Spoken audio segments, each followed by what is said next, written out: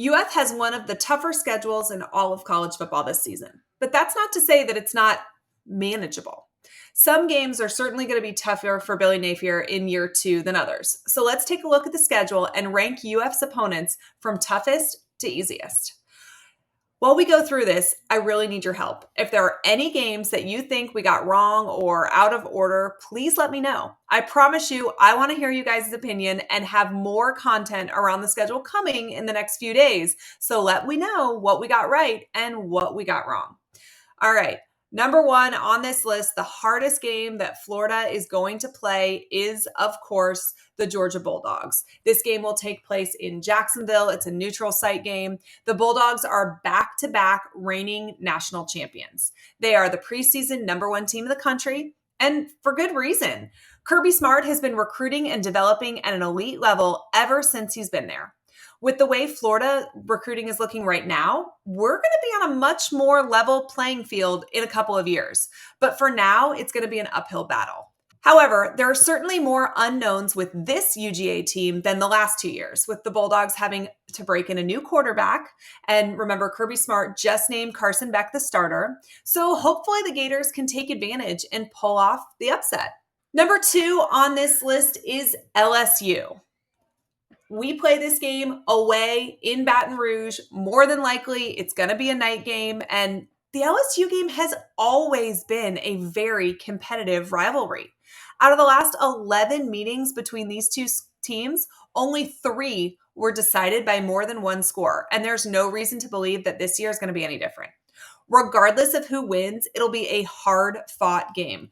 But the Tigers are the defending SEC West champs. And in year 2 under Brian Kelly with a returning quarterback in Jaden Daniels, this team is expected to be very good. Not to mention, this game, like I said, is going to be played in Death Valley, which is one of the most hostile environments in all of sports. If you have not been to a night game in Baton Rouge, add it to your bucket list, y'all, right now, because it is one of the most fun, wild, and crazy venues in all of college sports. All right, number 3 on this list is Florida State. Florida plays Florida State at home, right? This game will be in Gainesville right after Thanksgiving. Florida State is expected to be a very good team this year. And according to 24/7 Sports, they have 87% of their production returning, which is the most in the nation.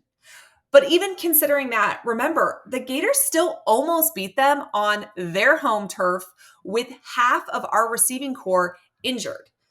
And while they have a bunch of flashy new transfers, how are they going to gel? Don't forget that FSU has no ranked wins last year and has a blue chip ratio of only 38%, according to 24/7 Sports.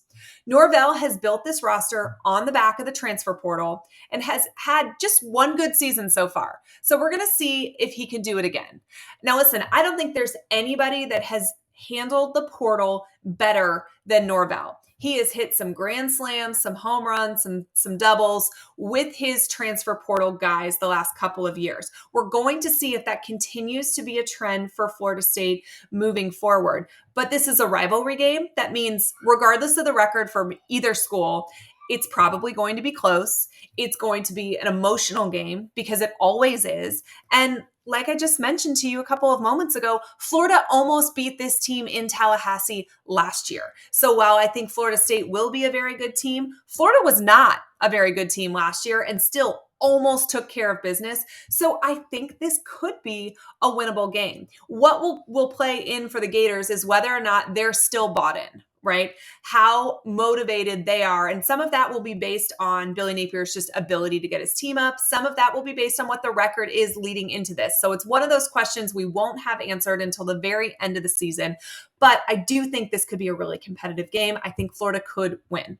We'll get right back to our countdown, but we heard from you guys. Sounds like we're going to do our preview show on Thursday nights at 8 p.m. But because we play next Thursday, we're going to do our preview on Tuesday night at 9 p.m.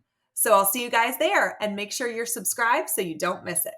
Number 4 is the Kentucky Wildcats. We play this game in Lexington, and Kentucky, I think, is a very underrated team coming into this season. They've got one of the best transfer quarterbacks available in Devin Leary and had a top 15 transfer portal class. In addition, they got back their old offensive coordinator, Liam Cohn, who helped lead the Wildcats to a double-digit win in 2021. This game, like I said, is also in Kentucky, which is a very tough environment in its own right. And the last 3 years, Kentucky has had Florida's number. This was a team where the streak was, I want to say 27 years, 28 years, something crazy, right? 31 years, whatever it was. And that all ended just 3 years ago. For some reason, Kentucky has been a thorn in Florida's side, and we're interested to see, can they take it out this year? Is this the year that Florida overcomes this monkey on their back, Kentucky, right? They should beat this team, but will they? Number 5 on my list is Tennessee. Florida gets this game at home. Like Florida State, Tennessee finally had one good season last year. They lost would-be Heisman finalist Hendon Hooker. Remember, he got injured late last season. Biletnikoff Award winner Jalen Hyatt and star receiver Cedric Tillman, among others, are all gone from this roster. Well, we all know that Josh Heupel runs an electric offense that is a near annual lock to be in the top 10 in the nation. Tennessee's recruiting, really nothing special. Do they have enough talent to reload and be as dangerous as last year? Like Florida State, Tennessee is a wild card. We don't know if they caught lightning in the bottle last year or if they are truly building something special. Tennessee does not do well in Gainesville. And if Florida's coming into this game 2-0, I think they leave it 3-0. Do you know that Tennessee has only won in Gainesville twice in the last 51 years? How insane of a stat is that? Twice in the last 51 years, the Volunteers have been able to take care of business in Gainesville. Until Tennessee proves otherwise, I think that Florida is still in the driver's seat of this rivalry. Number 6 on my list is Utah. Obviously, Florida opens on Thursday in Utah. Cam Rising, who is the veteran star quarterback of the Utes, is still injured. He tore his ACL in the Rose Bowl last January. An ACL tear usually takes a minimum of 9 months to rehab. Rising was not cleared to even participate in Utah's scrimmage this week. If he plays, he will not be at 100%. I would expect an unbalanced offense focusing on a heavy run and short, quick pass plays to counter the blitzes that the Gators are going to be bringing. Don't expect Utah to challenge us vertically. This game is going to be won in the trenches. So how do we match up? Utah offensive linemen, on average, are only 10 pounds heavier than Florida's defensive linemen. Conversely, Florida's offensive linemen are 40 pounds heavier than Utah's D linemen on average. Well, obviously size isn't everything in football. In the trenches, big people move small people. Their second string quarterback is also injured. So if Rising goes down, Utah is going to have to trot out their third string quarterback. As for environments, listen, Utah Stadium's not going to faze the Gators. They are used to hostile SEC venues. In addition, the team is flying out much earlier than normal to acclimate to the altitude and the time change. I think Florida can start their season with a bang by beating Utah. Number 7 on my list is South Carolina. The Gamecocks are a bit of an enigma. They've exceeded expectations every year under Shane Beamer. William Bryce Stadium is a very underrated venue, in my opinion, and they finished last year very strongly with big wins over Tennessee and Clemson. If they're able to ride that success into the season, they could be dangerous. But if that was just a fluke, we all saw how the Gators handled them last year. So if it was a fluke, I don't expect anything different, and I think Florida can take care of business against South Carolina. But that's probably going to be a night game. It's probably going to be cold. Like I said, William Bryce Stadium is an underrated venue. It is loud and it is hostile. So this is a game that Gator fans should probably circle because it's going to be a battle. Number 8 on my list, I have Arkansas. Arkansas is another team that's hard to predict. They have arguably the best returning quarterback in the SEC this year in KJ Jefferson. They have a dynamite run game, and is that going to be enough? KJ Jefferson's ability to stay healthy is a big question mark. And even if they have a really good offense, their defense was even worse than Florida's last year. Number 9 on my list is Missouri. Missouri is a top 10 production returner this season, and they should be a pretty good team. They have a great number 1 offensive weapon in Luther Burden and a stout defensive line. But what we've been hearing out of fall camp is that even a solid Missouri team is no match for the Florida squad that we are expected to see on the field. Cautionary tale, though. We play Missouri away. For some reason, the Gators do not play well in Missouri.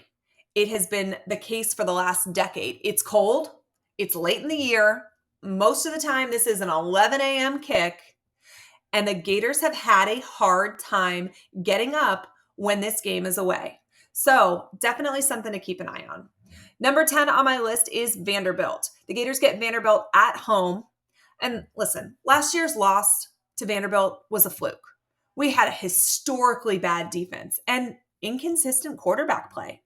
Clark Lee is doing some good things up there in Nashville. And in a few years, they could be a dangerous team. But for now, Vandy is still Vandy. All right, number 11 and 12 on my team, we could probably mix and match. We've got Charlotte at home, and then we play McNeese at home. These last two really don't require much of an explanation. Florida overmatches these opponents in every single facet of the game. We should win both of these games easily and be able to give backups and young players a lot of reps. That's going to be so important for a roster that has seen an insane amount of turnover. All right, guys, we did something completely off the wall yesterday and simulated a game between UF and Utah on NCAA 14. The rosters are updated and the results might surprise you. If you want to see that, click right here.